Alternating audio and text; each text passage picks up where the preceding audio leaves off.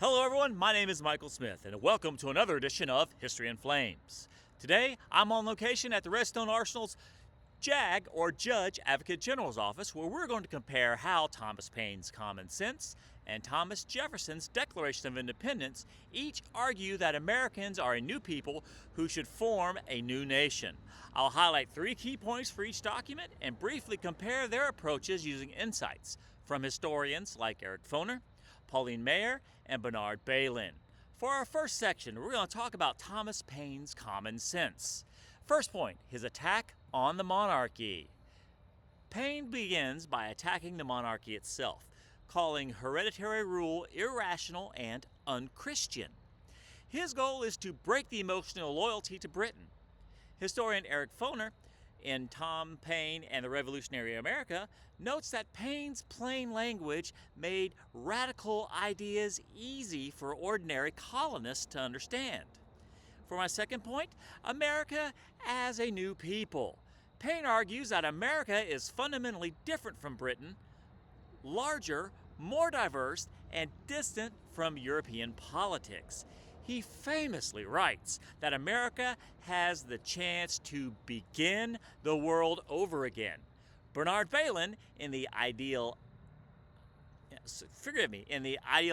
origins of the American Revolution, explains that Paine captures the colonists' growing sense of themselves as a new political community.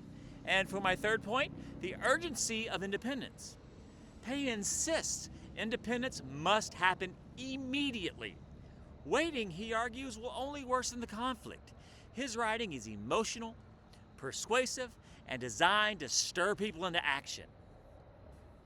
For the second section, Thomas Paine's Declaration of Independence, one of the most famous documents in America and the world.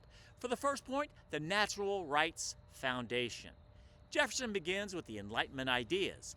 All men are created equal and all have natural rights.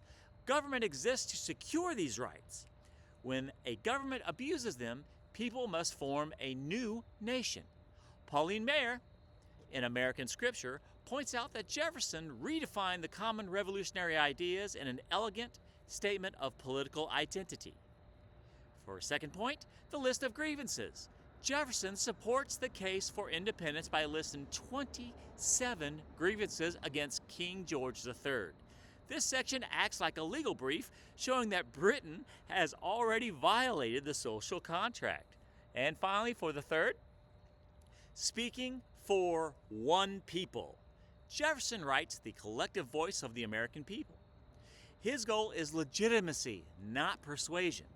Historian Gordon Wood notes that Jefferson presents Americans as a unified political community ready to take its place among nations. Now, we're going to compare and contrast the two. For similarities, both Paine and Jefferson argue that Americans have developed a distinct identity separate from Britain. Second, both rely on the natural rights theory, influenced by the Enlightenment and thinkers like John Locke. For the differences, one more. For the third, both conclude that independence is necessary for liberty. Now for the differences.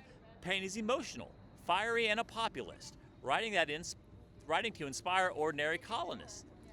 Jefferson is calm, formal, and philosophical, writing to justify independence in the world. Paine attacks at the entire idea of monarchy. Jefferson focuses on specific abuses of King George III. Paine urges action. Jefferson explains the action has already taken.